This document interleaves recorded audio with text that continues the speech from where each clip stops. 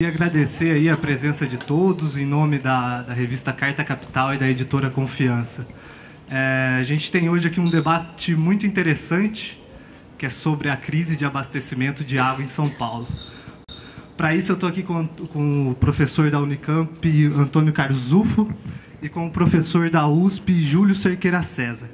Acho que para a gente começar um pouco o debate, que tem como tema central de quem é a culpa da crise de abastecimento. Queria perguntar aí, para começar o debate, para o professor Zufo, do ponto de vista hidrológico, o estado de São Paulo, a região metropolitana de São Paulo e sua região, ela tem condições hídricas para abastecer toda a população? Tirando a questão de planejamento, de infraestrutura, ela tem água suficiente para abastecer essa população hoje? Alô, primeiro eu queria agradecer o convite da Carta Capital para conversar sobre o assunto, que realmente é de grande importância, né, e também de gravidade pela situação que nós estamos passando. O Alto Tietê, ele é Alto Tietê porque ele é localizado em cabeceiras de bacias, né, então não tem rios volumosos e atende uma população muito grande. Então é necessário, para que ele sobreviva, a transposição de águas que vem do sistema Cantareira. Tem outro sistema de transposição sendo construído que vem do Rio São Lourenço, que é afluente da bacia do Ribeira do Guapo. Então ele já importa a água de outras bacias. O problema é que a água, ela nunca é uma constante. A chuva de um ano pode ser bem diferente do ano seguinte. Hidrologicamente, nós sempre vamos ter cheias e vamos ter secas. Isso é natural. E a engenharia, ela entra para fazer algumas obras para diminuir a nossa exposição ao risco, a essa variabilidade climática, que ela é natural. Então, quando nós construímos reservatórios, como é o sistema Cantareira, são grandes reservatórios, ele armazena água quando chove muito e ele tem um volume para abastecer uma região durante secas, durante anos, né? 5, 6, 7 anos. O problema é que ele esvaziou em 2 anos. Então, é esse que é o problema da escassez hoje em São Paulo, que o sistema que foi projetado para regularizar a vazão, pelo menos durante 8 anos, ele esvaziou em 2. Então tem algum problema na gestão de recursos hídricos, que não era para ter acontecido isso. Tudo bem que nós estamos passando por uma seca, mas nós já passamos, historicamente, na década de 50, por secas não tão severas, mas foram prolongadas. Foram 7 anos de seca, ou 6 anos de seca, que é usada pelo sistema elétrico brasileiro para fazer todo o planejamento de abastecimento de energia elétrica do país. Esse período de 7 anos da década de 50 usado então para cálculo de risco de geração de hidroeletricidade. Então, se nós temos esse registro nas séries históricas, o sistema ele foi projetado considerando esse período de baixas precipitações. Então, não deveria ter secado em 2 anos. Uhum. Essa previsão de que, até abro aqui para o Dr. Júlio, essa previsão de que se teria que ter novas fontes de captação, ela já foi dada pela Agência Nacional de Águas em 2004, quando da nova outorga do Cantareira. O que aconteceu de lá para cá? Isso eu abro para os dois. O que aconteceu de lá para cá? O que deveria ter sido feito? O que não foi feito? E o que aconteceu para a gente chegar nessa situação que a gente tem hoje, em especial com o sistema Cantareira e com as demais fontes de captação que não foram criadas? Boa noite a todos. Agradeço também a oportunidade de vir aqui conversar com vocês. É um assunto extremamente complicado. Nós somos especialistas, conhecemos com mais facilidade, mas o povo todo não conhece bem os detalhes de por que essas coisas estão acontecendo.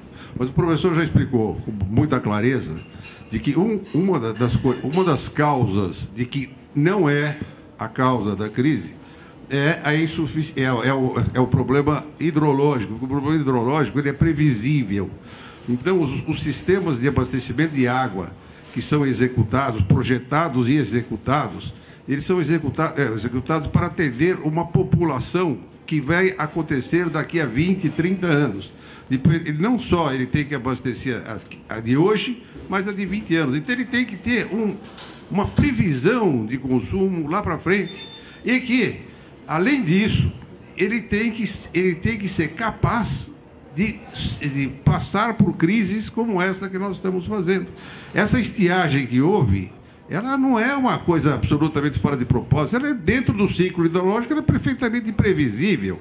E se o sistema de abastecimento de água da região metropolitana tivesse capacidade adequada para atender a população, nós estaríamos passando essa crise de forma bastante tranquila.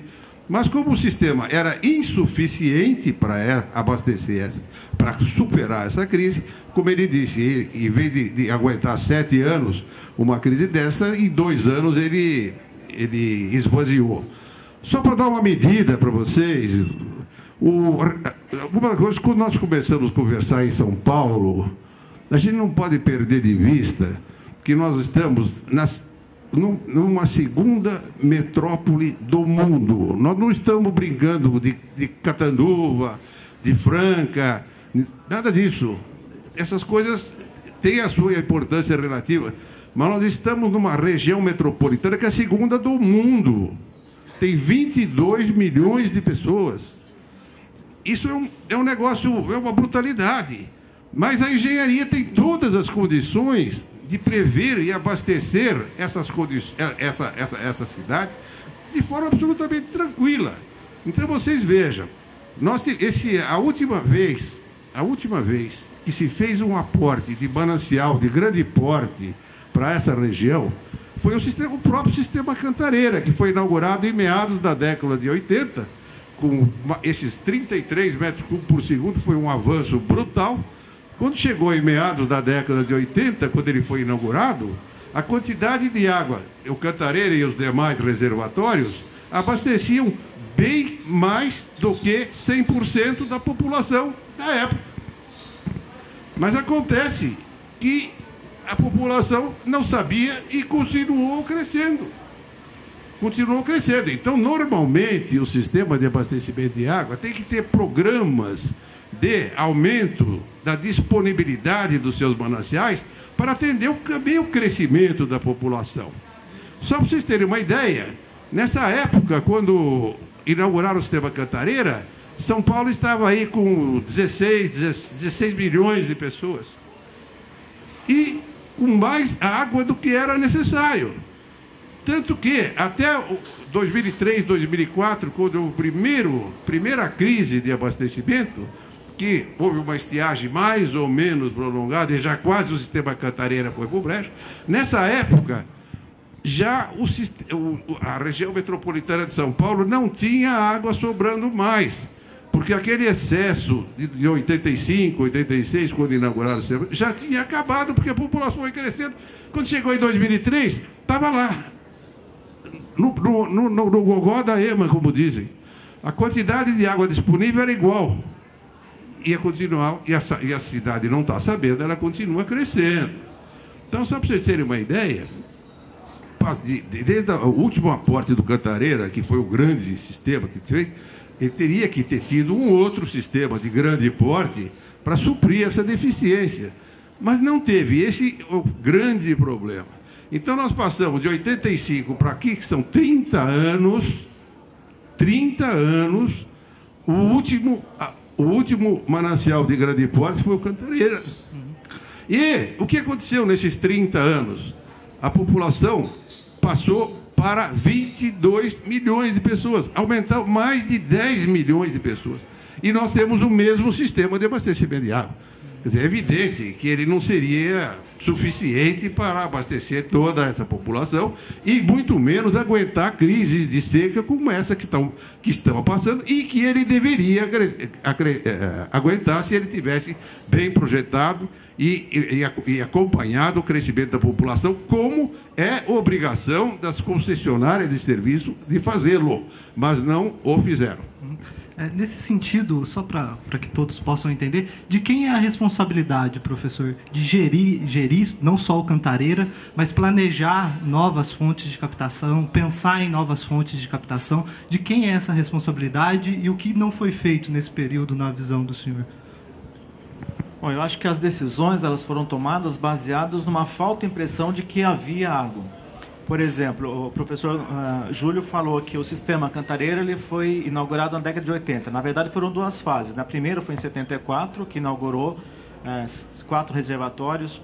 3 reservatórios para para abastecimento de 11 metros cúbicos por segundo. E a segunda fase, que foi os 2 maiores reservatórios, Jaguari e Jacareí, em 82 que ele ficou pronto. Bom, os dados que eram disponíveis hidrológicos para fazer o dimensionamento eram, então, de 60 até, de 1940, 42 até 60, 68. E se você for procurar na história, esse é o período mais seco de chuvas que teve do registro. Então, para se fazer dimensionamento do reservatório, você precisa saber o quê? As vazões dos rios. Então, nesses 22, em média, 27 anos que se tinha de dados, esses 27 anos foram os mais secos. Então, o sistema Cantareira ele foi dimensionado para uma situação de vazões mais baixas. A partir da década de 70, começa a chover mais no Brasil, pelo menos na região sudeste e centro-oeste, e que houve aumento da ordem de 20% a 30% da precipitação. Então, o sistema que tinha sido originalmente projetado para regularizar 33 metros por segundo, chegou a produzir 40 em média. Ou seja, talvez foram adiadas as decisões porque não precisava. O sistema começou a produzir mais do que essa transposição que está sendo proposta do rio Atibaia da bacia do Paraíba do Sul, que traria 5. O sistema produziu mais 7 do que estava previsto em média na década de 2000, né, até 2012, tendo enchido 2 anos seguidos com enchentes, né? E para aumentar a vazão de regularização, já que os reservatórios foram dimensionados com volume para uma determinada situação e ela mudou, hidrologicamente começou a produzir mais, não existia volume suficiente para regularizar essa vazão. Então, na operação do sistema, foi o quê? Sacrificar os volumes de espera dos reservatórios para aumentar a sua capacidade de armazenamento, para aumentar a vazão regularizada. E também, em 2003, na renovação da outorga, por causa de uma seca, existia antes da tomada d'água uma altura que correspondia a 20% do volume, que não era usado, que a gente chamava de volume morto, e 15% desses 20% foi acrescentado no volume operacional do sistema. Então, nós já tínhamos quase entrado num volume morto em 2003, mas ele estava ainda, existia 20% ainda acima da tomada d'água, é que quanto mais baixo o nível d'água, menor é a vazão de entrada nessa tomada d'água. Então, talvez essas decisões tivessem sido adiadas justamente porque o clima estava favorecendo, produziu-se mais. Só que, hidrologicamente, se vê um período longo de chuvas acima do que uma média de 35 anos mais baixo, o que vai acontecer agora? Não sei se vocês acompanharam na Folha, saiu aquele efeito José. O efeito José é uma teoria que fala sobre períodos de longo, né, que a gente fala de média de longo termo, de 30, 40 anos. Então, nós passamos por um período mais seco, da década de 30, de 36 até 69, aumentou a chuva de 20% a 30%, e agora, será que a gente não está entrando num período mais longo também, de 30 a 35 anos mais seco? Se isso acontecer, vai acontecer justamente o oposto que aconteceu na década de 70, que aumentou 20% a 30% de produção de água, pode agora todos os sistemas terem uma redução de 20% a 30% de produção. E aí sim nós vamos ficar com problema por falta de novos investimentos na transposição de bacias. Mas também tem outro ponto positivo. Até a década de 70, 80, a gente trabalhava com um consumo per capita médio de 450 litros por habitante dia.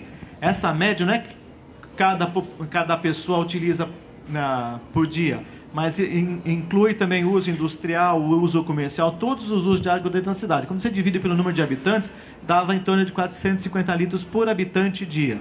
Hoje, essa média aqui em São Paulo, que a gente usa para fazer dimensionamento, é de 200 a 250. Houve uma redução do consumo de água per capita. Por quê? Porque houve melhoramento da qualidade ou então da eficiência de equipamentos hidráulicos. A indústria começou a reduzir, ou grandes consumidores de água deixaram a São Paulo, né, foram procurar outras bacias onde a água era mais barata, como engarrafadoras, né, produtoras de bebidas, saíram, deixaram a região do Alto Tietê, procurando outras bacias e foram para a bacia do Piracicaba, né, que hoje estão sem água também. Então, vários fatores foram. Então, com o mesmo volume de água no passado, na década de 70, hoje você abastece o dobro da população que abastecia antes. Então, foram vários episódios ou acontecimentos que ocorreram que levaram, talvez, a relaxar com os critérios técnicos no planejamento. E o que é bom lembrar também é que o Cantareira não abastece só a capital paulista, né? Ele é responsável pelo abastecimento da região de Campinas também, né? Da bacia PCJ, né? Que é o responsável lá. Doutor, o senhor acompanha isso desde sempre, né? No entender do senhor, o que faltou no planejamento? Novas fontes de captação? Como que é esse histórico de pensar da Sabesp, de planejar? O senhor acompanhou isso? Como que o senhor vê essa situação atual da Sabesp, do ponto de vista do planejamento, e o que não foi feito, na opinião do senhor? Eu não posso dourar a pílula além do que do brilho que ela normalmente tem. Eu não sou cabo eleitoral. Mas é que eu tenho que, se você me convidar para vir aqui dizer o que eu acho, eu tenho que dizer exatamente aquilo que eu acho. Fique à vontade. O professor já, além de falar da hidrologia, ele falou sobre o problema de operação do sistema. Então, alguém perguntou antes dele falar quem que é o culpado, o que fez, quem que devia ser feito, quem que devia ser responsável por isso, não sei o quê. Para mim, não há dúvida absolutamente nenhuma de quem é o responsável por esse sistema de abastecimento de água. Não só pela sua construção, pelo seu planejamento, pela sua construção e pela sua operação, em toda a fase do processo e ao longo do tempo. E esse responsável foi criado em São Paulo em 1973 para atender um plano de saneamento nacional que chamava Planasa, e eles obrigaram que os sistemas do Brasil inteiro deveriam ser operados por companhias estaduais. E aí foi criada essa companhia Sabesp, que é a responsável por todo o sistema de abastecimento de água, não só da região metropolitana de São Paulo, mas de alguns municípios aí que ela também opera. Então, planejamento, projeto, construção, manutenção e operação. Todas essas fases, essas empresas têm que ser adequadamente organizadas para isso. E eu vou dizer para vocês que essa Sabesp, que foi organizada em 1973, até 1990, ela foi uma companhia que se organizou, se especializou. Ela era conduzida pelos engenheiros sanitaristas da época, nós tínhamos uma pleia de engenheiros sanitaristas, e a grande preocupação dessa pleia, ela chegou até 1990 numa situação invejável. A Sabesp, para aqueles que não sabem, a Sabesp é a maior companhia de saneamento básico da América Latina e quarta do mundo. Quarta do mundo. Essa é uma empresa que, só para dar um tamanho... E por que ela é a quarta do mundo? Ela é a quarta do mundo porque a primeira, a segunda e a terceira operam em diversos países. E somando tudo, dá mais do que a Sabesp. A que opera apenas num lugar, ela é a maior do mundo também. E se estruturou até 1990 de uma forma exemplar, até de referência internacional, com uma equipe de técnicos, equipamentos, etc., uma competência absolutamente fora do normal. E, tanto que conduziu isso até 1990 com excesso de água, e já começou, antes da década, começou a se preocupar com o futuro.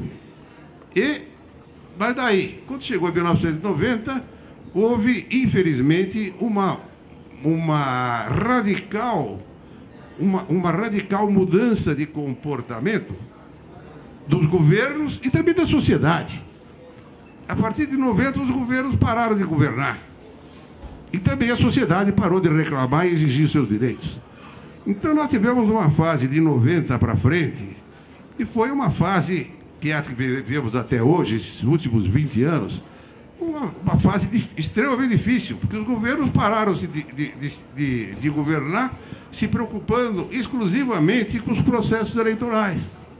Só para dar uma ideia, nesse tipo de problema que vocês estão falando, a Sabesp, de 90 para cá, ela aposentou os seus engenheiros sanitaristas, que eram aqueles que estavam preocupados em fazer saneamento básico para a saúde pública, e passou a ser comandada pelos economistas e advogados, e se preocupando exclusivamente com a produção de recursos, com o lucro maior possível.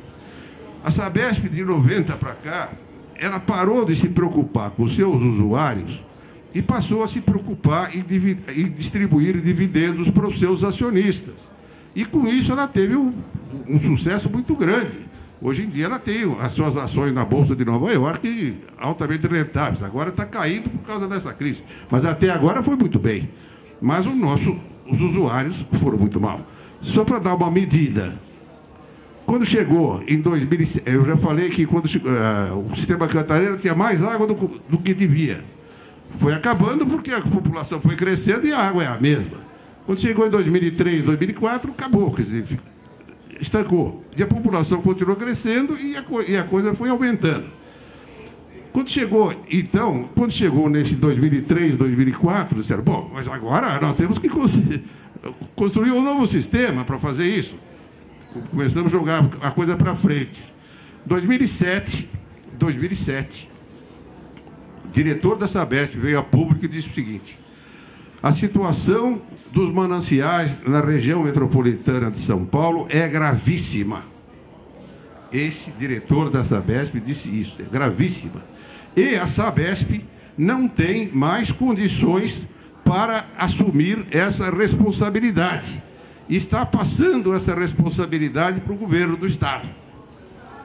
Então, a própria Sabesp admitiu, em 2007, que a situação era gravíssima e que ela, como companhia, não tinha condições. Isso pode ser até discutível. Uma companhia que fatura 10 bilhões por ano, tem 30 milhões de usuários, tem uma certa capacidade, distribui dividendos, mais de 25% do seu dividendo ao ano para todos os seus acionistas, não poderia, na minha opinião, dizer isso. Mas disse. E disse que o governo do Estado deveria assumir a responsabilidade, porque a Sabesp não tinha mais condição. O negócio era tão grande que não dava. O governo do Estado disse, pois não, pode passar para mim que eu assumo. Pois não, pode passar para mim que eu assumo. Até aí, nada de fazer novos sistemas. Bom, daí o governo do Estado assumiu e disse, vamos planejar os novos mananciais para a região metropolitana de São Paulo. Em 2007, com uma situação já crítica que a própria Sabesp falou. Vamos fazer um plano. E contratou um plano com uma empresa de consórcio de firmas para fazer esse estudo da região metropolitana e ver o que tem que fazer. O prazo de execução desse contrato, 180 dias. Perfeitamente razoável, porque se conhecia profundamente toda a região para tomar uma decisão desse tipo. Esse estudo foi entregue em outubro do ano passado. 7 anos depois.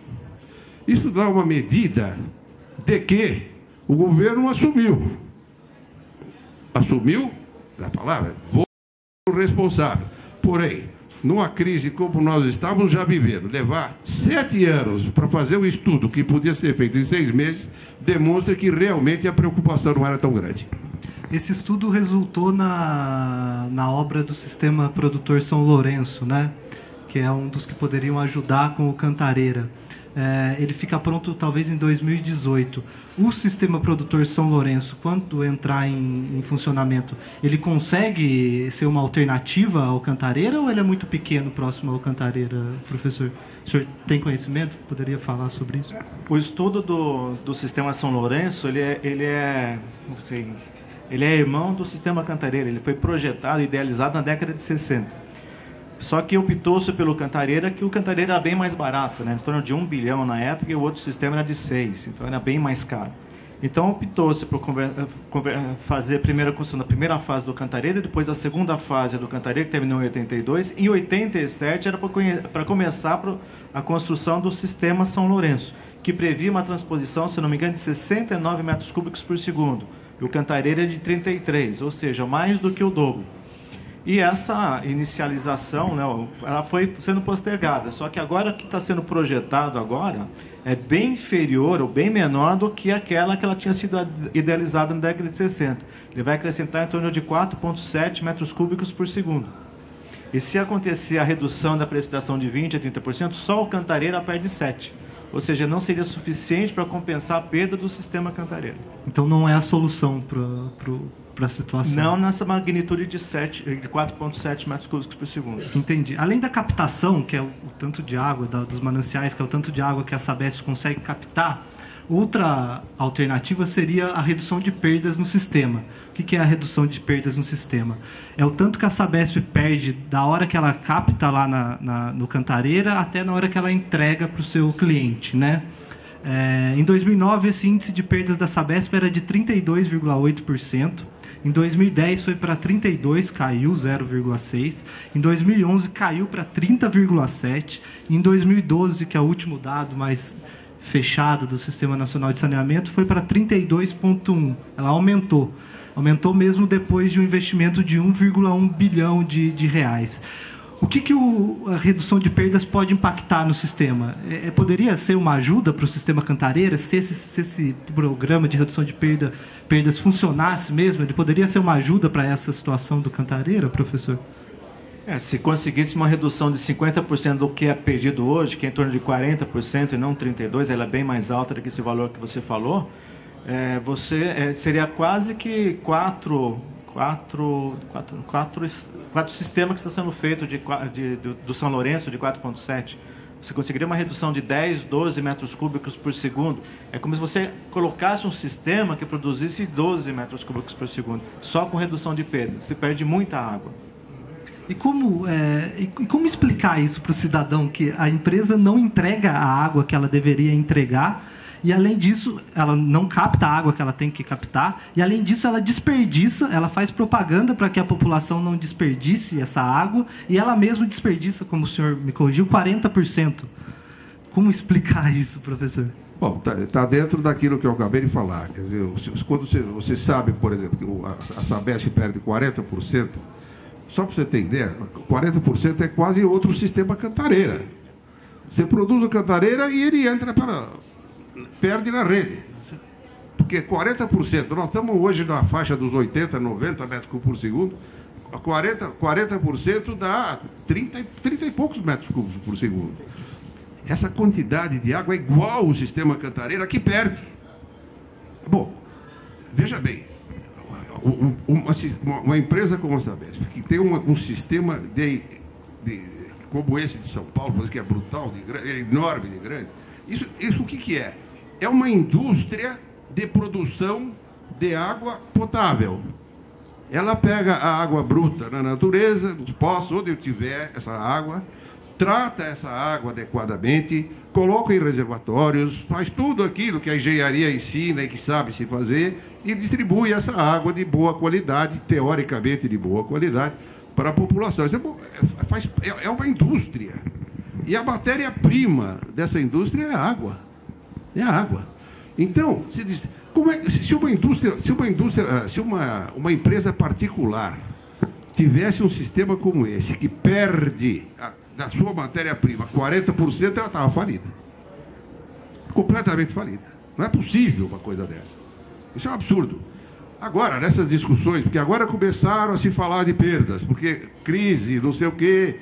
E se começar a discutir perda aqui, é um outro item, que é uma outra conversa, que nem adianta começar a discutir muito. Mas é importante saber comportamento em relação a esse tipo de problema. Então, uma das coisas que surgiu mas nesses últimos anos, por causa dessa situação extremamente crítica, é o problema das perdas. Não, que nós vamos diminuir as perdas e tal. Ele acabou de dizer aqui, o nosso companheiro, o que eles diminuíram de perdas nos últimos anos. De 32 para 31,5 para 38, para 32% nesses anos.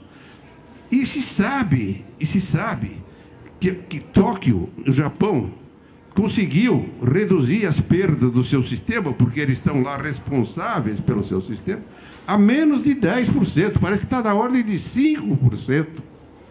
É o que eles conseguem perder. Quer dizer que é possível fazer isso.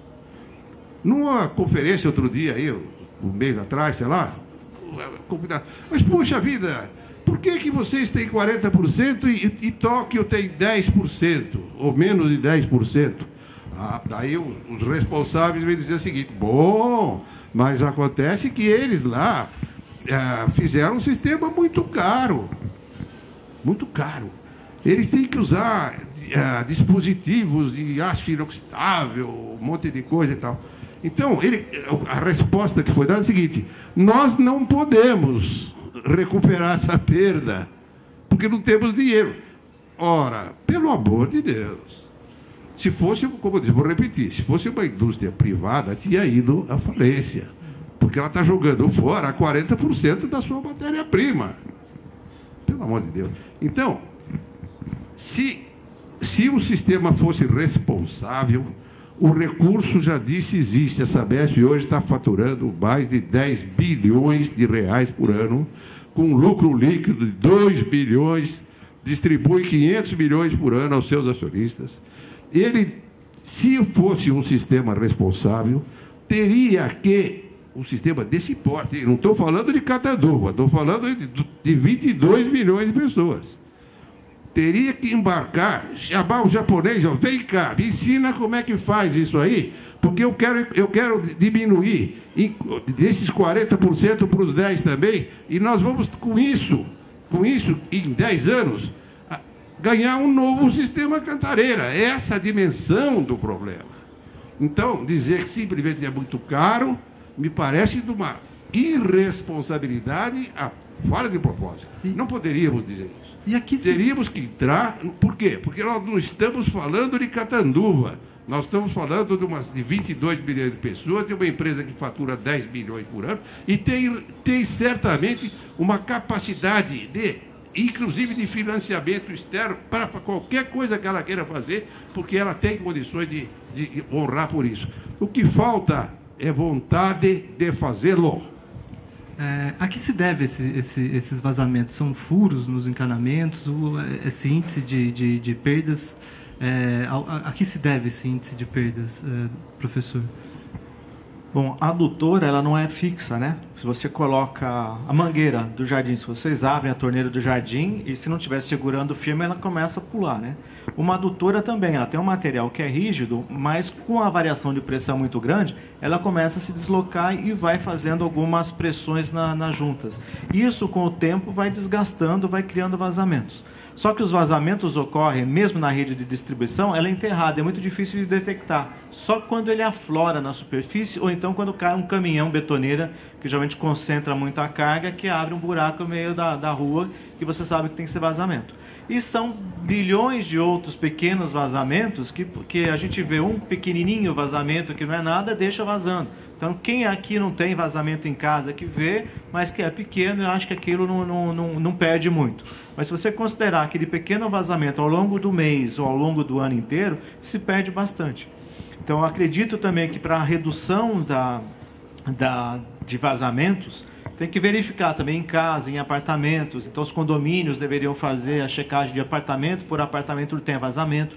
Tem equipamentos hidrossanitários que têm mais de 30 anos que deveriam ser substituídos, porque antigamente, para se dar uma descarga, utilizava-se 20 litros de água. Então, existe ainda esses equipamentos em funcionamento na Grande São Paulo e no Brasil inteiro. Substituídos por equipamentos mais modernos que utilizam de 2 a 6 litros. Isso já é uma grande economia. Imagine quantas descargas durante um mês, ou qual que é o volume que seria economizado na redução de 20 para 6 litros, né, por descarga. A economia é gritante. E também tem ligações clandestinas, né, que falam aquela ligação de tubos que a gente chama de macarrão, né, que também tira. Então, se multiplicar isso pela cidade inteira, de milhões de pessoas, isso vai aumentando também o tamanho da perda do sistema.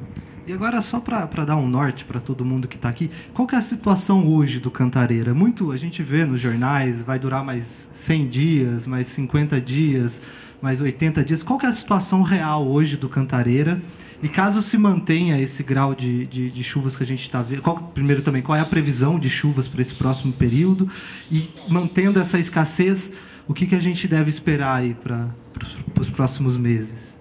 Bom, a região aqui nós temos verão chuvoso e inverno seco. Então nós estamos saindo do inverno, né? Que esse mês, no dia 21, a gente entra na primavera. Então é esperado. Em hidrologia, na engenharia, a gente fala que o ano hidrológico em São Paulo começa a partir do dia 1º de outubro. É um número oficial, mas a chuva não começa no dia 1º de outubro. Pode começar em setembro ou pode começar depois de outubro. O ano passado começou a chover mesmo a partir da segunda semana de dezembro. Atrasou 2 meses praticamente, né? Foi só no final de dezembro que choveu um pouco, porque foi chuva de 30% da média em outubro, 35% em novembro, 30% em dezembro, 35% em janeiro, foi uma média de 30%. Só choveu acima da média em março. Fevereiro também foi muito baixo. Então, mas é altamente variável. Então, a precipitação ela é altamente variável em torno da sua média. Então, essa média que você fala da média esperança, que é da normalidade, ela não existe. Porque de um ano para outro, você pode ter uma precipitação total anual muito acima da média e no ano seguinte muito abaixo da média. Então, isso é como se tivesse estar com a cabeça no forno e com o pé no freezer. E a média representa que está tudo bem, né? Você está queimando a cabeça e está congelando os pés, mas a média é mais ou menos isso que representa em precipitação na hidrologia. A média é só um número, ela não representa o comportamento daquela região. É que nos últimos 10 anos, até 2012, ela teve pouca variação em torno da sua média.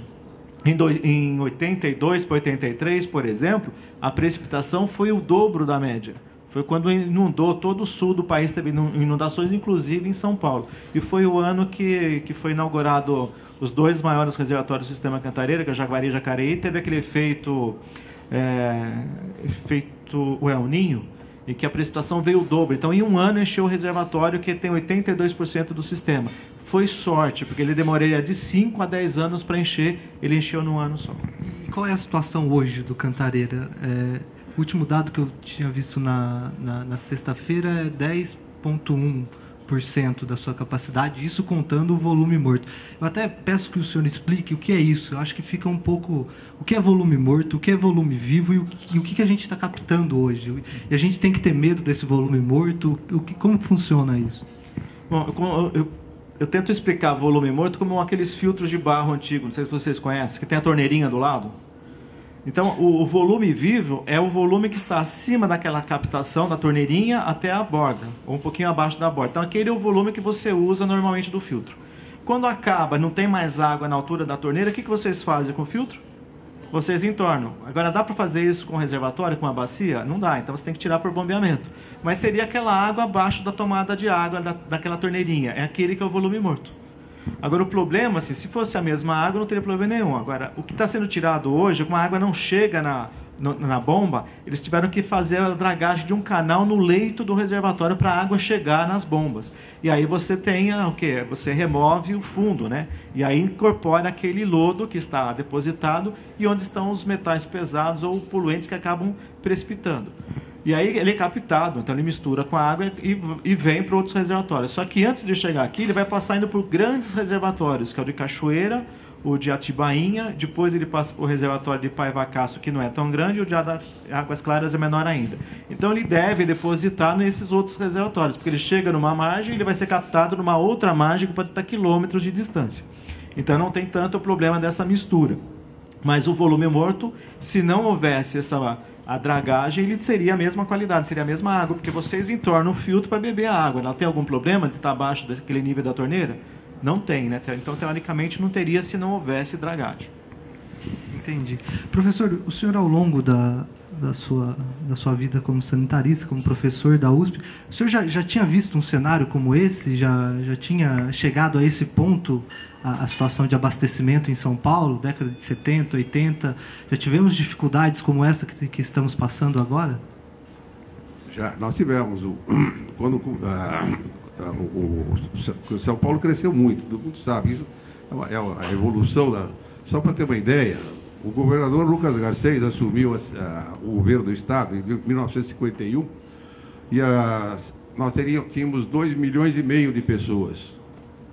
Em 67, assumiu o Abreu Sodré com 8 milhões de pessoas. Em 1990, estávamos com 12 milhões de pessoas. E hoje com 22 milhões de pessoas. Então, nós já tivemos esse tipo de problema. E, sob o aspecto sanitário, ambiental, mais grave que nós tivemos, foi exatamente no fim da década de 60, quando assumiu o governo Abreu Sodré. Por quê? Porque do governo Garcês para cá, de 2,5 milhões passou para 8 milhões. E os nossos sistemas de governo da época eram repartições públicas, vamos dizer, tupiniquins. Não tinha estrutura. O DAI, que era o responsável pela água, não conseguiu atender a população de 2,5 para 8 milhões. Quando chegou no governo Abreu Sodré, a situação sanitária da cidade era lamentável.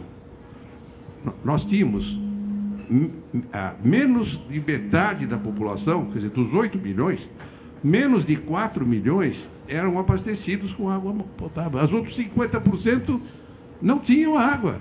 Era poço. E poço, com aquele congestionamento de 8 milhões de pessoas, o cara abria o poço aqui, a fossa ali. Poço aqui, fossa ali. Resultado, nessa época, a cidade de São Paulo chegou a ter uma média de 130, 140 mil mortes por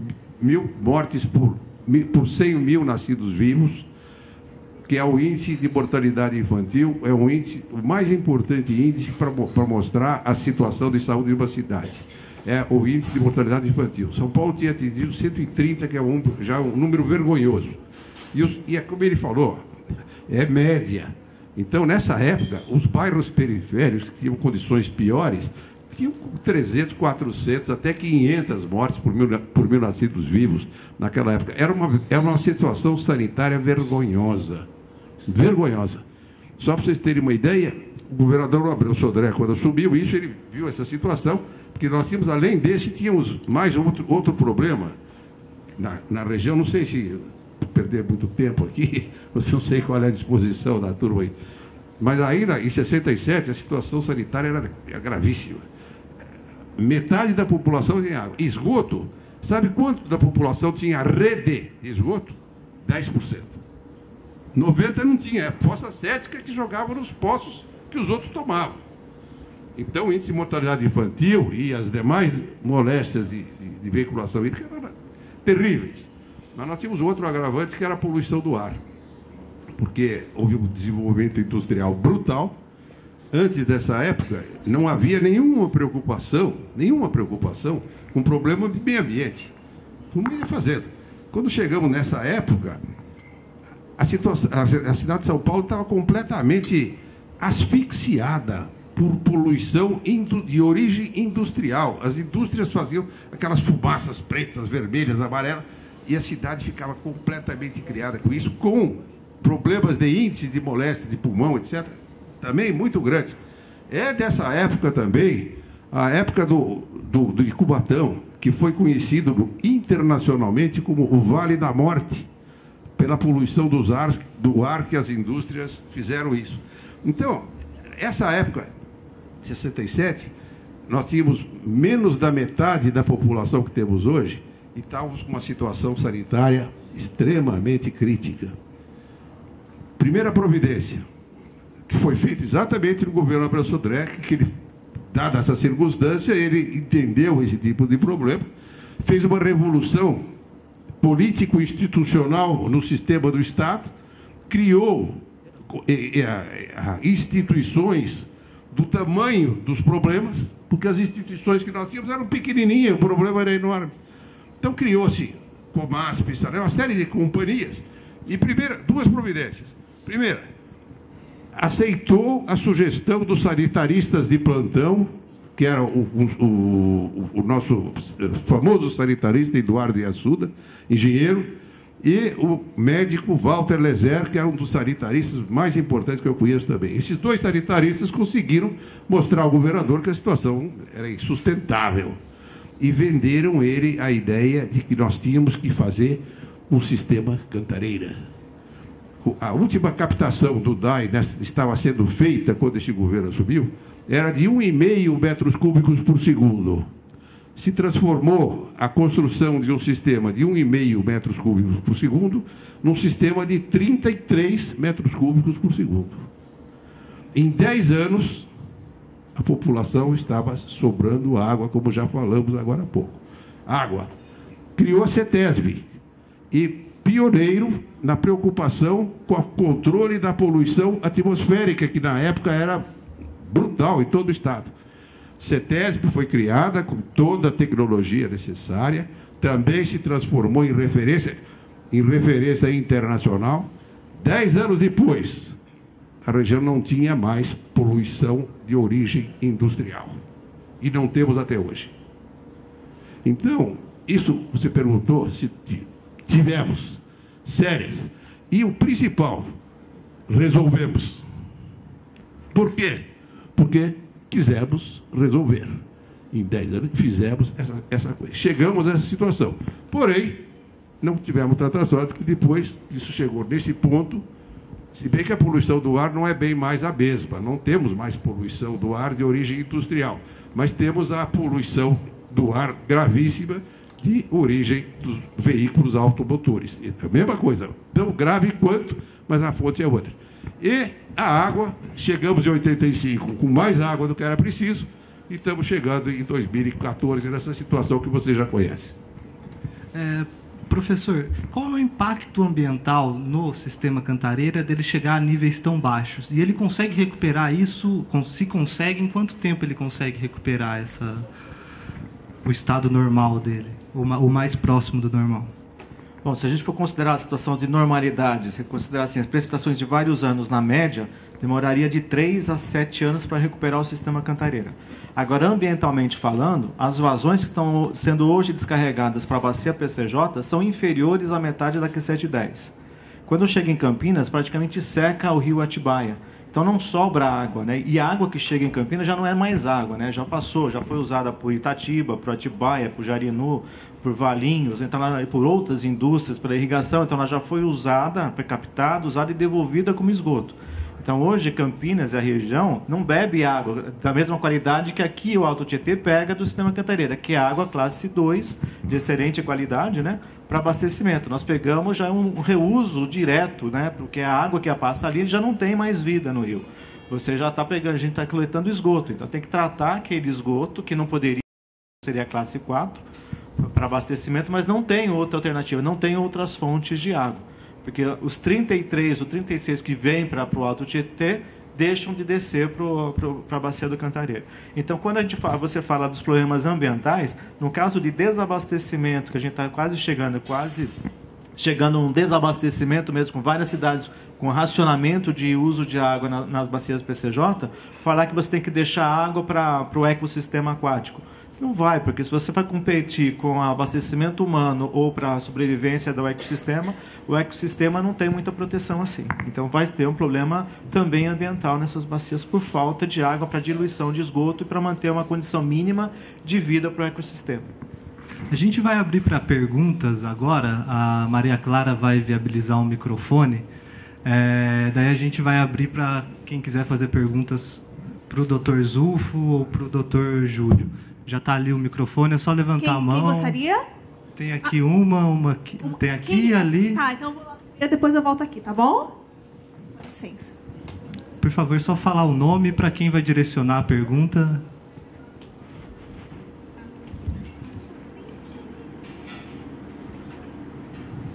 Eu queria perguntar para o professor Júlio, sendo a Sabesp, como você informou para a gente, a quarta empresa de sistema público, né, de água para distribuição, quais são as providências que ela está tomando a partir desse desperdício de 40% na população? Além dela falar que é muito caro para ela tomar uma providência, quais são as providências hoje que ela está tomando? Essa é a pergunta. É para mim, né?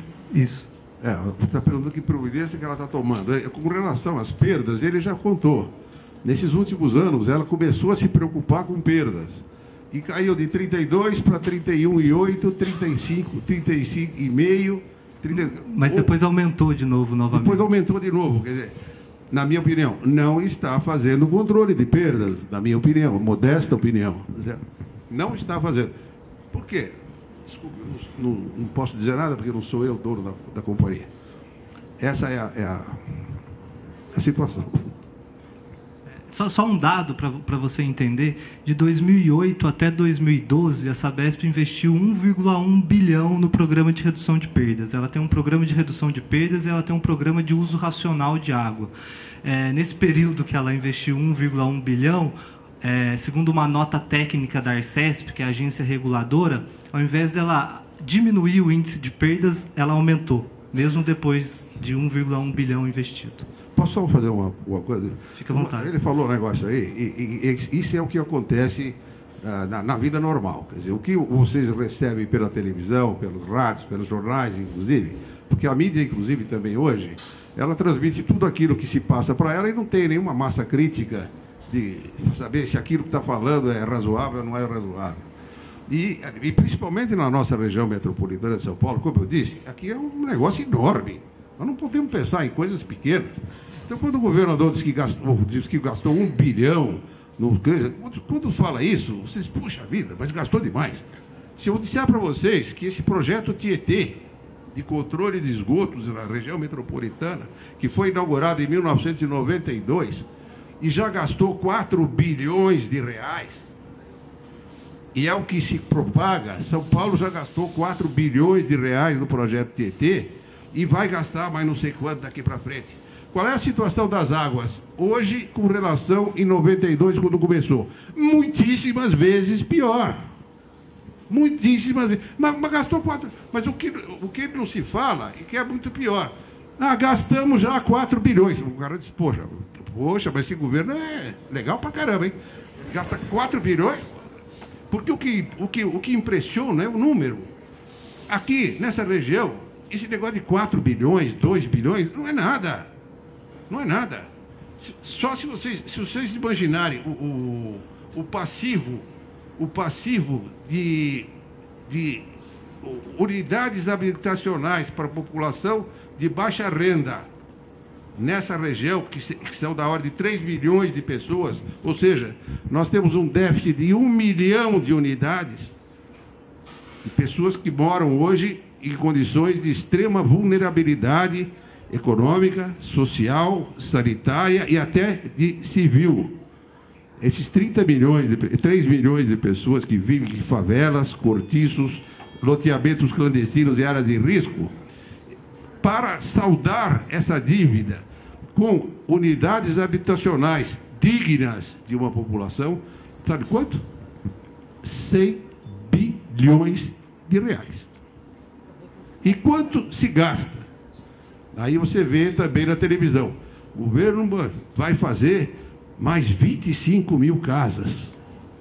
Dá a impressão de que ele está resolvendo o problema da população.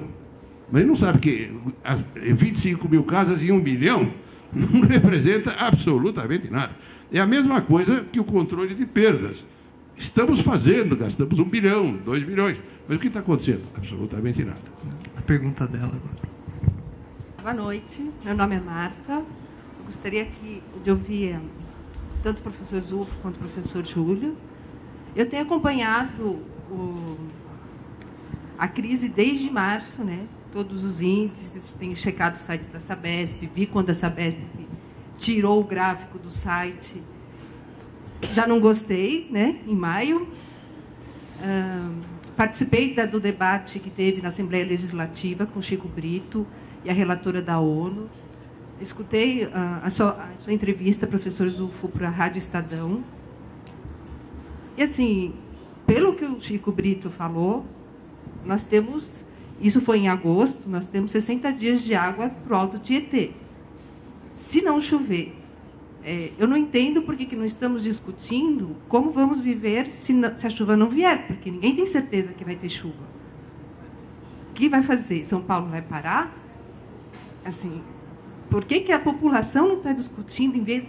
Ok, agora, para mim, não interessa saber de quem é a culpa. Eu quero saber como vamos viver, como podemos fazer em São Paulo. Em Itu, eu fui lá, fui fotografar, a população está bem desesperada, carros-pipas sendo escoltados, isso é um absurdo. É uma situação chocante, nós nunca vivemos isso. E o que vai ser? Se não chover, porque eu não aguento mais todo mundo falando, vai chover. E cada dia vem o sol, e eu sei que são bilhões de litros que estão indo embora. Nós estamos com os dias contados. Por que ninguém está discutindo o que fazer? Fique à vontade, professor. Depois a gente passa para o Dr. Júlio. Bom, o macroclima global define que nessa região que as chuvas comecem no nosso verão. O verão começa em dezembro, mas ela deve começar na primavera. O problema é o quanto vem de chuva. Vai começar a chover, que é o macroclima da região. Vai começar a chover. Agora, a quantidade, ela pode vir abaixo da média também. E se ela vier abaixo da média com reservatório vazio, essa crise ela vai ser muito pior no ano que vem. Nós começamos esse ano, no dia 1º de janeiro, com 27% positivos no sistema Cantareira. Hoje nós estamos com 9% negativos. Ou, com incorporada esse volume morto, seria em torno de 9% ainda de reservação. Tanto é que já foi pedida autorização para bombeamento de mais 106 hectômetros cúbicos. Né? Um hectômetro é um quadrado, um cubo, né? De 100 metros por 100 metros e por 100 metros. É o volume de um hectômetro. Para ser bombeado, ou seja, ir mais abaixo, esvaziar mais o reservatório. Então, se o próximo ano também tiver uma precipitação abaixo da média, que provavelmente vai acontecer, o ano que vem a situação vai ser muito pior do que essa. Só que o ano que vem não tem ano eleitoral. Dr. Júlio, qual que é a situação para o futuro? Ela pergunta. Um ponto que é extremamente importante. Alô? É extremamente importante que nós estamos aqui exatamente para esclarecer a população da situação que nós estamos vivendo. E ele falou uma coisa que já se falou, e quando chegou em abril, mais ou menos, o presidente da ANA, que é não me lembro o nome dele, ele disse o seguinte, e é o que está ocorrendo. Isso que vocês estão assistindo agora é aperitivo. A crise vem depois. Com toda razão. Concordo em gênero, número e grau. E qual é essa situação? Na minha opinião, a minha grande preocupação, porque isso que o professor falou, você não sabe o que vai acontecer. Mas a única coisa que a gente sabe é o seguinte, que, na minha opinião, até o fim do ano, cálculos meus, isso pode ser um pouco diferente, mas não é casamento. Mas, mais ou menos, na minha opinião, chegar no fim do ano, novembro, dezembro, acaba o volume morto. O sistema Cantareira já está seco desde junho. Só quando chegar no fim do ano, início do ano que vem, não tem nem sistema Cantareira e nem volume morto. Isso representa o seguinte, o nosso sistema de água já é deficitário em cerca de 10 ou mais de 10 metros cúbicos por segundo. A partir, quando acabar o volume morto, nós vamos ficar com menos 33 metros cúbicos por segundo do Cantareira, que está seco. Então, nós vamos ter um déficit de 43 metros cúbicos por segundo, que é mais da metade da demanda da região metropolitana de São Paulo. Mais da metade. Quer dizer, que, então, tudo que cada um de nós consome tem que reduzir por mais da metade. E, pelas perspectivas dos nossos hidrólogos, o professor já deu uma notícia mais ou menos, pelo menos por uns 3 ou 4 anos. Por quê? Porque não tem novas águas. Aquilo que falaram dos 4,7 metros cúbicos por segundo do São Lourenço é uma piada. É uma forma de... Não tem nem cabimento. Quando puserem esses 4,7 em 2018, a população já subiu 4 milhões de pessoas. Esse 4,7 não serve... Desculpe, nós estamos com um déficit agora, a partir do ano que vem, de 40 metros cúbicos por segundo, mais de 40 metros cúbicos por segundo. Qual é a minha preocupação? Eu lembro do governo André, que nós estávamos com aqueles índices de mortalidade infantil e os índices de moléstia de veiculação hídrica lá em cima. Por quê? Porque falta d'água. Nós estamos entrando num novo ciclo de falta d'água. Por quê? Porque para repor esses 40 metros cúbicos por segundo que faltam na cidade, é coisa normalmente de 10 anos. Então, a situação que nós vamos entrar a partir do ano que vem, sob o aspecto de saúde pública, nós estamos retornando a uma situação de 60 anos atrás. que também naquela época nós tínhamos menos da metade da população com água. E nós vamos ficar, a partir de janeiro, exatamente com a mesma proporção. Só que naquela época eram 4 milhões de pessoas sem. Hoje são 11 milhões de pessoas sem. É um negócio brutal. Agora, aquele problema. O que se está fazendo, você acho que perguntou isso, o que se está fazendo para esse tipo de preocupação? Que eu saiba absolutamente nada. O que existe é o seguinte, preocupações para acabar com o volume morto. E o que se propala é que quando chegar em outubro, em outubro começa a chover, enche os reservatórios e resolve o problema. Isso que eu ouço na mídia, que transmitem frequentemente para nós. Mas não é. Aí é que é o início de uma crise seríssima e que nós não temos nenhuma solução descrita pelos responsáveis por essa situação.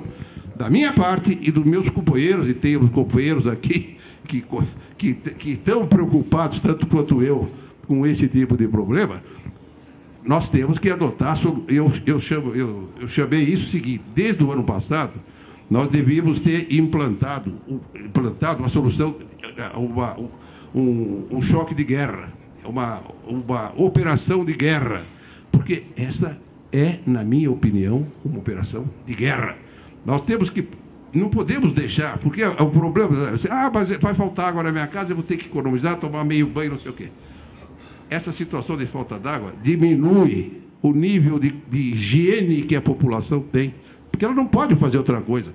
Vocês veem na televisão todos os dias que já estamos fazendo racionamento em diversos setores, e aquelas senhoras donas de casa é pegar balde, é pegar água, toda aquela água que você trata no sistema com qualidade, tudo isso, está nas pias, está no chão, água suja, é uma promiscuidade total. Nós estamos retornando a uma situação, só que em vez de 4 milhões de pessoas da situação, nós temos 11 milhões de pessoas agora.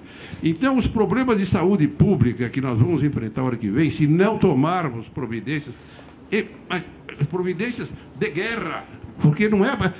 agora vamos fazer concorrência, vamos fazer licitação, aquelas coisas que começam e nunca acabam, não pode mais. Tem que fazer, na minha opinião. Mas não estão sendo feitas ainda, mas terão que ser feitas de qualquer forma. Uma das preocupações é a seguinte, nós temos soluções técnicas para fazer isso, e as soluções técnicas dos nossos engenheiros já sabem como fazer, mas que também não se está fazendo nenhuma delas. Nós não conseguiremos trazer, não existe solução de engenharia para trazer água potável para a cidade em menos de 7 ou 8 anos. Não tem. Não tem solução. As soluções que a tecnologia está nos dispondo e que nós teremos, na minha opinião, isso, na minha opinião, de alguns companheiros que me ensinaram isso, porque eu também não sou um grande especialista, nós temos que começar a tratar essa água suja que nós temos aqui em volta da cidade, que é o famoso reuso da água.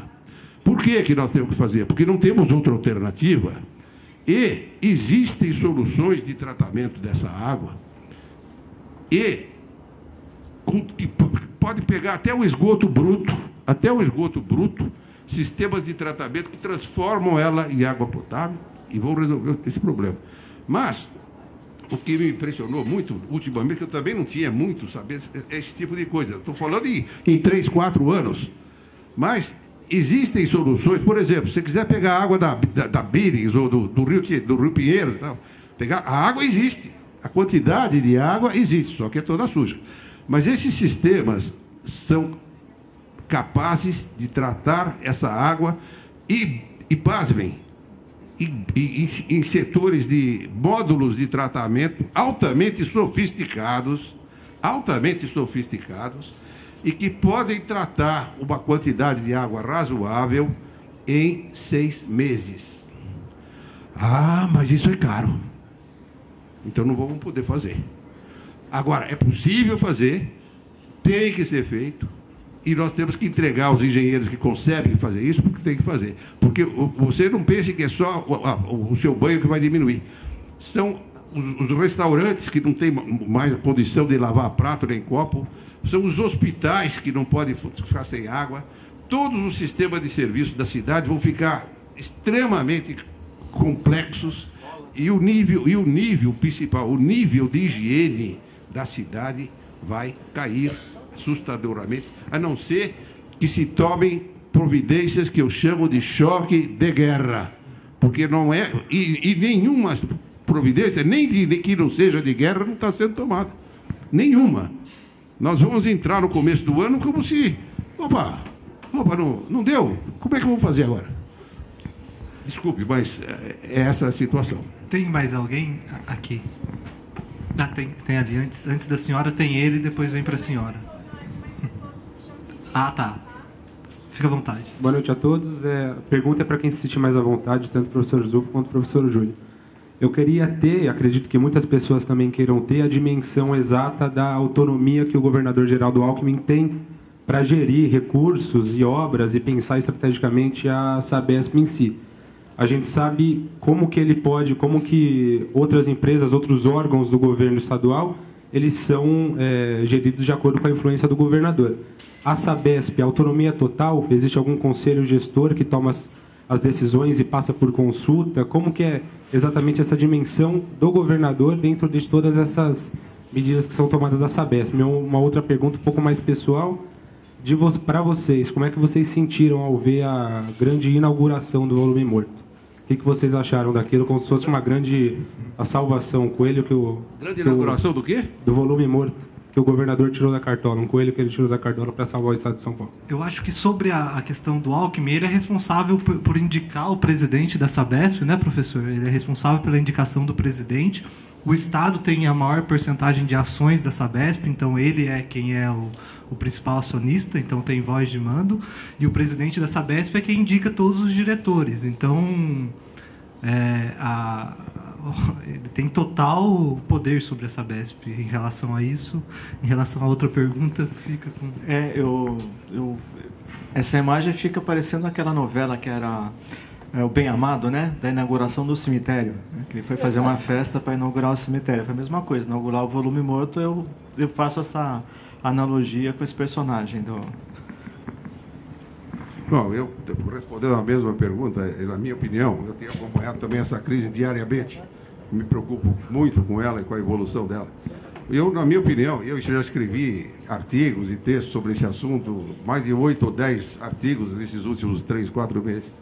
E uma das coisas que eu constatei, e na minha opinião é essa mesmo, desde que começou essa crise, em janeiro desse ano, o nosso governador assumiu o comando da crise. O comando em chefe da crise da água.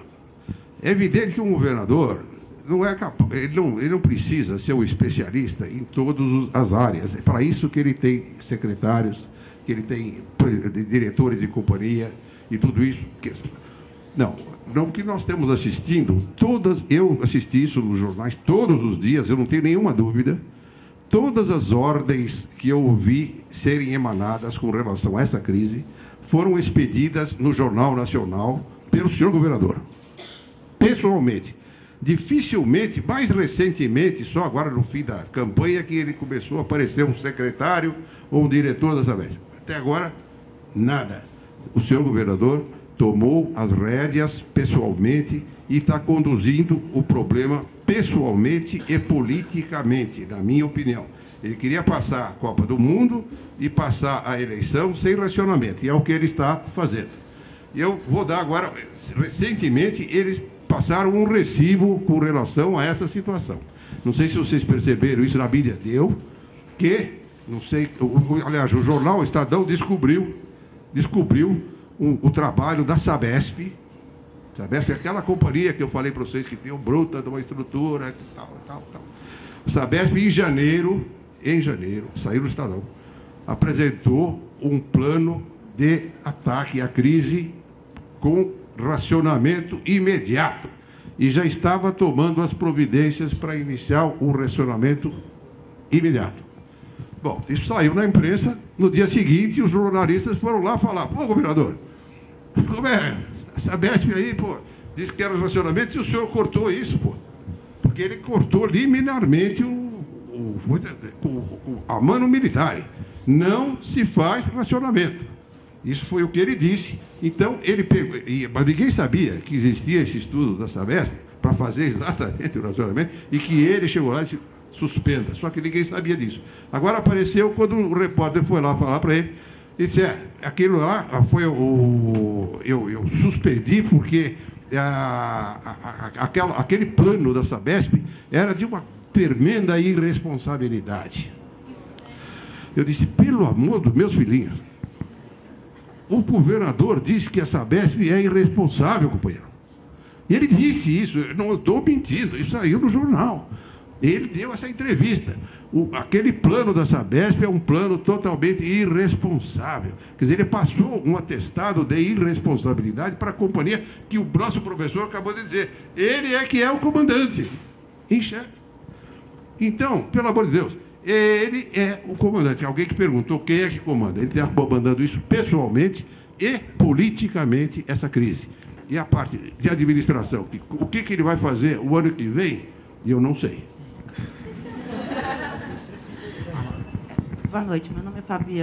O professor Júlio comentou já do impacto na saúde pública, né, dessa crise.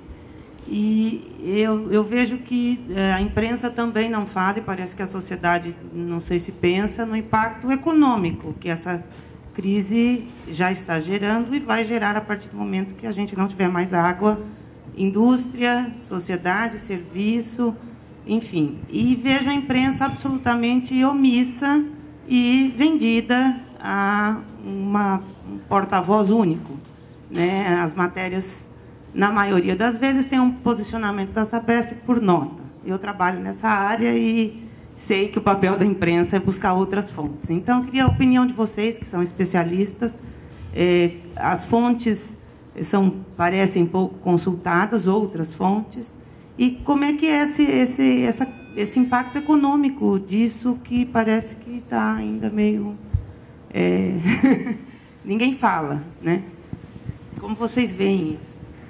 Bom, essas desgraças, elas vêm em combo, né? Elas nunca vêm sozinhas. Começa com uma, mas ela traz depois problema econômico. Se não tem água, a indústria não trabalha, não produz. Então vai haver o quê? Tem um problema, primeiro é o problema econômico, cessa a produção. Se cessa a produção, tem demissão. A demissão gera problema social. Se não tem produção, vai haver desabastecimento. Então, todos os produtos que você sai daqui, entra no mercado e compra, tem muitos produtos que vão sumir, porque a indústria está parada. Ou vai parar. A indústria de São Paulo abastece não só o Brasil inteiro, mas se você vai nos países vizinhos, você encontra produtos vindos de São Paulo. Então, não é um desabastecimento só daqui da região, é um desabastecimento geral. Ou elas serão substituídas por produtos de outras marcas, de outras regiões, ou importados com preço bem maior, porque o transporte pesa muito no preço. Então, você poderia ter também um problema de desabastecimento de produtos. A falta de água, como o professor já falou, não tem, vai ter problema de hospital. Talvez o hospital receba água por uma questão emergencial. Mas vocês, aqui eu vejo a maioria são estudantes, vocês não vão ter aula. Como é que vocês vão ir para o colégio ou para o cursinho num ambiente que não tem higiene, o banheiro, né? Todos nós precisamos usar o banheiro, condições sanitárias não vai haver. Bom, com problemas sanitários, nós temos problema de saúde. E se tem pouca água no rio, tudo que tiver na água vai ser tirado para abastecimento, ou seja, nós vamos ter problema ambiental. Então, esse combo de problemas pela falta de água é econômico, social, ambiental, sanitário, tudo. E isso nós não passamos no grau que seria hoje, né? Passamos até a década de 50, que chovia menos, a partir de 70 choveu mais, diminuiu esse problema também com a entrada do sistema. Agora, imagine a nossa situação. Se entrarmos no período longo de 30 a 35 anos com prestações abaixo da média que nós verificamos nesses últimos 30 anos, o que vai ser? Só vai potencializar o problema, porque o sistema não se recupera de 3 a 7 anos. Se tivesse condição normal, sim. Se cair a precipitação em 20% a 30%, ele não se recupera mais. Não na situação que nós nos encontramos hoje, com volume menos 9% hoje. Próximo.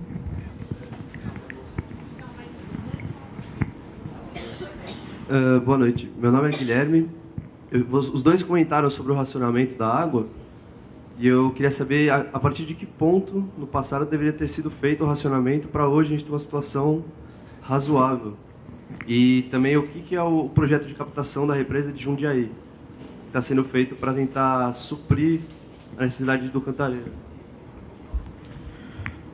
Bom, na renovação da outorga em 2004, que foi feito o sistema Cantareira, tinha um dispositivo que é chamado de CAR, curva de aversão ao risco. Nessa CAR, você deveria fazer, né, o gerenciamento desse recurso dentro do reservatório baseado nos níveis, nos volumes dos reservatórios. Então, chegado em janeiro, se tivesse 75% cheio, você poderia tirar os 36 metros cúbicos por segundo. Se tivesse alguma coisa abaixo, essa vazão de retirada tinha que ser diminuída.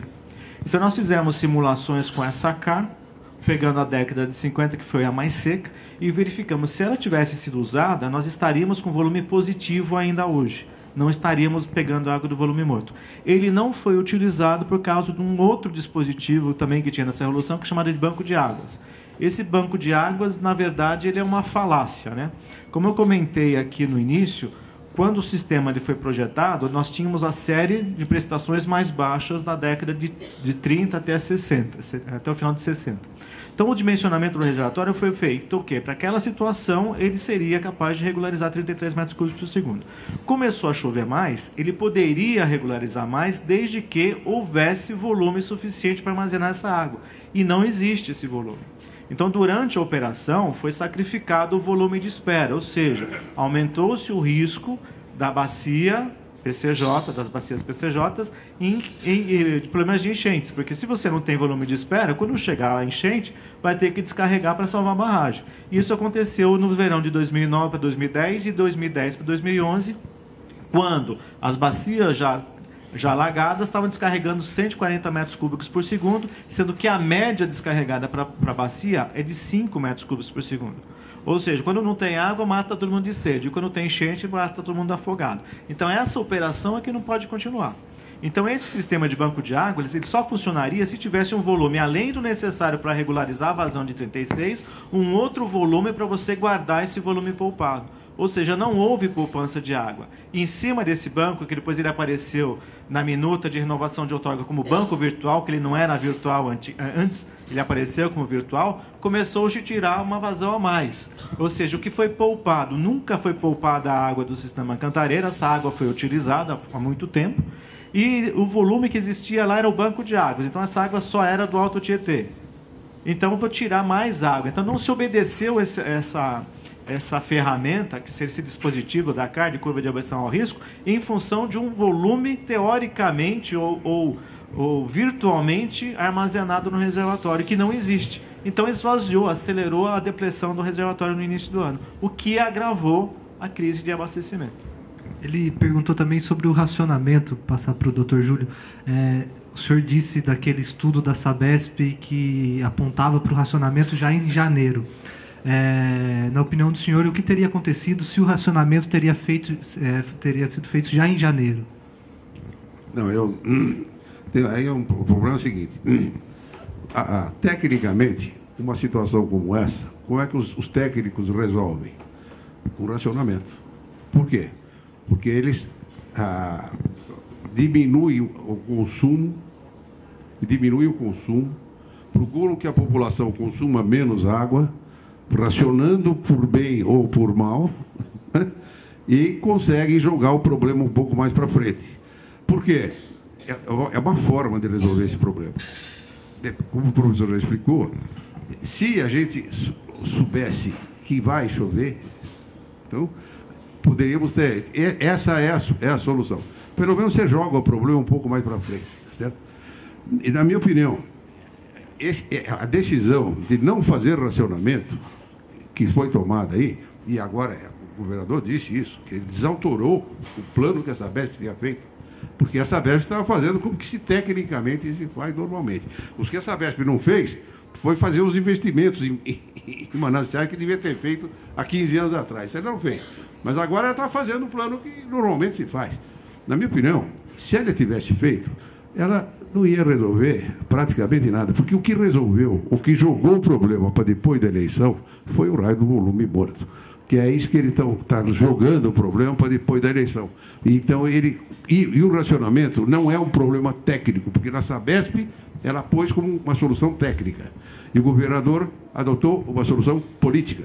Não quero fazer racionamento porque vai prejudicar a minha reeleição. Quem é o próximo? Há uns 4 a 5 anos atrás, Denise é meu nome, um prédio na Água Branca foi construído e secou o lago. Aí eles falaram que o lençol freático que o prédio estava tirando secou o lago do Parque da Água Branca. Aí, nessa ocasião, me chamou a atenção que todos os prédios que são construídos secam os lençóis freáticos. A partir de então, eu prestei atenção. Em volta da minha casa se construiu esses anos uns 5 prédios. Todos os dias, às 5 horas da tarde, todos soltam água. É impressionante o volume de água limpa que sai desses prédios que estão sendo construídos. E ninguém fala disso. Quer dizer, são os engenheiros que constroem os prédios e eles secam os lençóis freáticos. Nesse momento que nós estamos vivendo isso, que talvez não precisasse nem limpar, por que não se usa essa água que eles estão secando do subsolo? É a minha pergunta. Prefere responder? Bom, na construção do subsolo, geralmente você faz a profundidade do subsolo, ele fica abaixo do nível do lençol. Então, a água, naturalmente, ela vai entrando para dentro dessa cava. E ela tem que ser tirada para continuar a obra. Agora, aqui em São Paulo, a gente não tem água subterrânea, que é uma região tem parte sedimental, né, de sedimentos, que é próximo aos rios, mas é basicamente cristalino, que são rochas. A água que se encontra no lençol é proveniente ou é recarregada pelo próprio sistema de distribuição. A perda de 40% não se perde no sistema Cantareira. Então, todos os poços que estão operando nessa região, no Alto Tietê, tiram água daqui de dentro de São Paulo, que capta a água que é reabastecida pela perda da Sabesp. Se chegarmos a ter desabastecimento, os poços também vão secar e talvez não encha a cava porque não vai ter água. Ela vai ser retirada para o poço. O poço faz a mesma coisa, ele tira a água do subsolo, então ele rebaixa o nível do lençol. Uma outra maneira de você secar a cava é colocar bombas em volta da cava, que ele abaixa o nível do lençol e você trabalha no seco. E essa água, na verdade, ela já foi tratada, fluoretada, clorada e está no subsolo se contaminando, né? Então, ela não deve ter potabilidade justamente porque ela passa dentro do subsolo e já caiu combustível, graxas, óleos, o que for, dentro de uma cidade com essa atividade. Bom, gente, a gente está partindo para as 2 últimas perguntas, tá bom? Obrigada. Boa noite a todos. Meu nome é Ana. Com tudo isso que foi falado agora, eu queria saber o que agora nós, né, a população comum, as pessoas comuns, podem fazer em termos práticos, além do racionamento, né, que muita gente já está fazendo por conscientização própria, mas no sentido de pressionar também o governo ou até a própria ESP, né? O que a gente pode fazer para ajudar a botar mais pressão nesse sentido para melhorar esse caos aí que está por vir? Bom, eu realmente não sei, você fala em pressionar o governo. Uma das constatações que eu tenho feito nesses últimos anos, eu falei que uma das constatações que eu fiz é que o governo não governa mais há 20 anos. Mas o outro problema também que eu constatei junto é que nesses 20 anos a sociedade também parou de reclamar e de exigir seus direitos. Porque você vê, nós estamos com essa situação aí na região metropolitana, porque nós estamos falando de abastecimento de água, que hoje está com essa crise terrível aí. Mas vocês sabem perfeitamente os problemas de habitação, de transporte coletivo. E você vê que os protestos do ano passado, que depois de 20 anos, parece que a sociedade acordou e os camaradas começaram a fazer protesto. Pô, a redenção da sociedade. Mas também parece que não foi muito para frente. Ou então, quais são as causas disso? Eu não sou sociólogo, tenho lido sociólogos para ver se eles me explicam também por que isso aí. Mas o problema é esse, porque se a sociedade, na hora, veja bem, não sei se vocês perceberam, mas há 20 anos que ninguém reclamava. A última reclamação popular que eu me lembro foi exatamente em 92, quando a Rádio Eldorado chegou e falou, já estavam poluindo o Tietê, o Pinheiros, num nível bastante desagradável. Então a Rádio Eldorado fez uma campanha temos que despoluir o rio Tietê. E conseguiu um resultado fabuloso. Todo mundo aprovou e saíram para a rua. Eu não me lembro direito, mas sei que foi feito lá um movimento horrível. Né? O governo tem que fazer tratamento de esgoto. Bom, o governo não teve como, obedeceu. Foi no BID, pegou um dinheiro emprestado e começou o projeto TT. Aquele projeto que eu falei para vocês, que está há 20 anos, já gastou 4 bilhões e a água está muito pior do que antes. Por quê? Porque ele fez esse plano para atender ao reclamo da campanha da Eldorado e da população que reclamou. Não porque ele estava querendo fazer, mas porque ele não teve como fazer. Primeiros 10 anos do projeto Tietê, ele fez algumas estações de tratamento de esgoto. Nos segundos 10 anos, nenhuma mais. No terceiro, nenhuma mais. Parou de fazer tratamento de esgoto. Então, o que a gente tira de lição disso é que se a sociedade reclamar, o governo se mexe, o governo geme. Mas se a sociedade não reclamar, ele está achando ótimo, porque ele não faz nada e a coisa fica por isso mesmo. Então, e vejam bem, nós temos um exemplo agora, junho do ano passado. Aqueles meninos foram para a rua para diminuir a tarifa de R$ 3,20 para R$ 3,00. Começou por isso. Vocês lembram que esse pessoal desestabilizou o governo. O governo, poxa vida, mas o quê? O que vocês querem? Poxa, eu estou dando tudo, pelo amor de Deus. Não sabiam o que fazer, eles não sabiam o que os caras queriam. E daí começaram a fazer bobagens, inclusive, né? Por exemplo, aqui em São Paulo, para pagar o 0,20 do ônibus, o governo que não tinha dinheiro para diminuir o 0,20. O que fez? Fechou a Secretaria de Negócios Metropolitanos, acabou com a gestão metropolitana. São duas medidas completamente... E também os protestos, que eram uma grande esperança de que a sociedade ia começar a exigir as coisas que tinham que ser exigidas, parece que ficou mais ou menos sem grande expressão, e o governo continuaram não fazendo as coisas que já não vinham fazendo. Então, eu acredito que se a população... Aí por que está fazendo? Tem uma série de problemas. A sociedade está desorganizada, não sabe o que fazer. Enfim, não vamos entrar nesse mérito agora porque é complicado. Mas eu acho que se a sociedade voltar a discutir, e como já demonstrou ano passado, e exigir do governo, ele vai ter que fazer.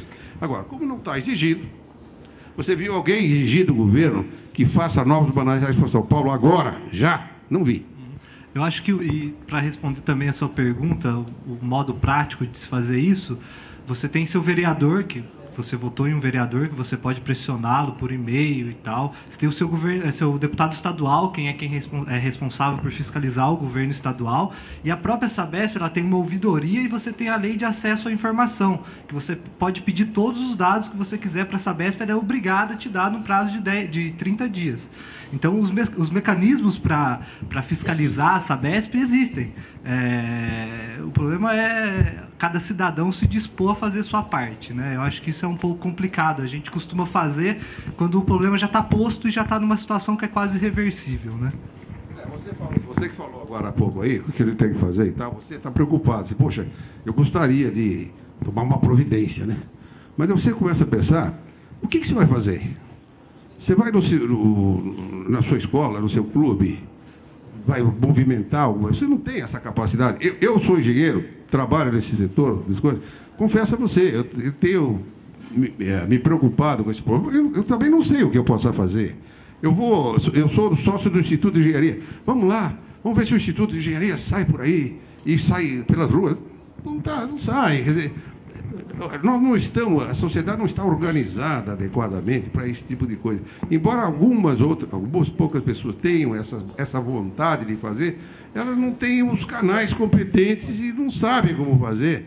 E a sociedade realmente também está bastante desorganizada. As próprias ONGs, temos ONGs para chuchu aí, mas você vê que as ONGs também ficam nos seus inferninhos e não caminham, não saem desse problema. É difícil, é um problema complicado. Mas se realmente a sociedade não apertar, eu acho que o governo não vai gemer. Acho que é a última pergunta, né? Boa noite, meu nome é Ludmila. Eu gostaria de fazer uma pergunta para o Dr. Júlio. Recentemente, acho que semana passada, eu vi uma reportagem num telejornal que mais me pareceu uma tentativa de transferir a responsabilidade para o governo federal. A reportagem era sobre a seca no Sudeste, sobre a crise da água, e ela não mencionou em nenhum momento a questão de infraestrutura, nem nada disso, e foi uma reportagem sobre o desmatamento ilegal na Amazônia, que, segundo a reportagem, reduziria a precipitação, o que causaria essa crise que nós estamos vivendo. Então, eu gostaria de fazer duas perguntas. A primeira é, se é que se pode atribuir essa crise à questão natural, né, da falta de precipitação, qual seria a proporção disso nessa crise? Qual seria a responsabilidade da redução de precipitação? E a segunda pergunta é, qual o senhor imagina que seja o impacto do desmatamento ilegal da Amazônia que eles atribuíram na redução de precipitação? Eu acho que o professor é mais competente que eu para falar. Em 1953, no Brasil, passava por uma seca não tão severa, mas também severa.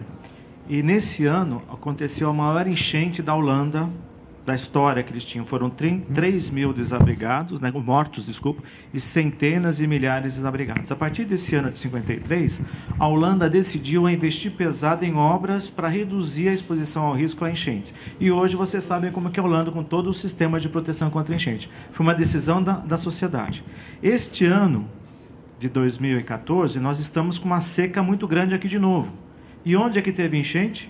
Em janeiro foi na Grã-Bretanha, e depois, até março e abril, chegou no leste europeu, que foi a maior enchente da Sérvia dos últimos 100 anos que foi registrado. E agora nós continuamos em seca e está tendo enchente na Índia e no Paquistão. Então não está relacionado com o Amazonas. Eu acredito que isso era uma compensação. Se está tendo seca aqui, está tendo enchente em outro lugar. Quando vai ter enchente aqui, vai estar tendo seca em outro lugar.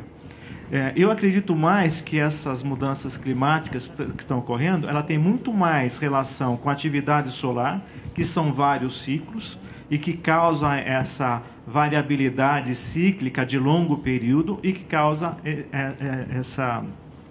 essas mudanças. Aquele aquecimento global agora parece que está no hiato, que vai esperar 30, 15, 20, não sei se vocês viram há 2 semanas no jornal, né? Que a água quente desceu, né? Vocês estão estudando física, a água quente deve subir, mas a desculpa é que a água quente desceu, vai ficar quente lá no inferno durante 15, 20 anos, depois ela retorna para a superfície e volta ao aquecimento global de novo. Ou seja, estão falando que o aquecimento ele só vai voltar daqui a 15 anos, porque nos próximos 15, 20 anos nós devemos entrar num resfriamento, porque isso é cíclico de longo período. Então, o que está acontecendo hoje? Está repetindo o comportamento que foi observado no 53. Seca aqui, enchente na Europa, agora está sendo na Índia e no Paquistão. E teve enchente, esse ano nós vimos, teve enchente no Amazonas. Só que em 53 nós não tínhamos informações do Amazonas. O que tinha? Será que ocorreu também enchente no Amazonas em 53? A gente não tem dados, não tem informação. Então pode ser o quê? Que isso seja cíclico e vai se repetir. Esse é um comportamento. Compensação no nosso planeta é uma nave espacial que está girando e que se altera um ponto, ele vai refletir no outro. Então ele vai compensar em outro lugar. Professor, dá licença, porque só fazendo um complemento aqui para o professor. A pergunta dela... meu nome é Eupídio, eu sou conselheiro do meio ambiente também, mas a pergunta dela específica foi inclusive da teoria do Antônio Donato, doutor, o doutor Júlio usou com bastante propriedade a colocação dele de operação de guerra. Ela quis falar sobre os rios voadores. Será que o senhor poderia esclarecer alguma coisa nesse sentido, ou o professor? Eu acho que a pergunta dela, com a reportagem e tal, ela quis especificar os rios voadores da Amazônia, desmatamento. Então, eu quis responder isso. Eu comecei citando 53, porque em 53 não tinha o desmatamento que tem hoje. E também ocorreu seca aqui em São Paulo. Então, essa diminuição da chuva não está relacionada com o que estava na Amazônia, porque em 53 também teve seca aqui. E ela estava muito maior do que não tinha tanto... não estava tão desflorestada como está hoje. Então, essa não é uma relação direta. É isso, gente. Eu gostaria de agradecer a todo mundo que aguentou aí a gente por quase 2 horas. Agradecer o professor Zulfo e agradecer o professor Júlio. Obrigado.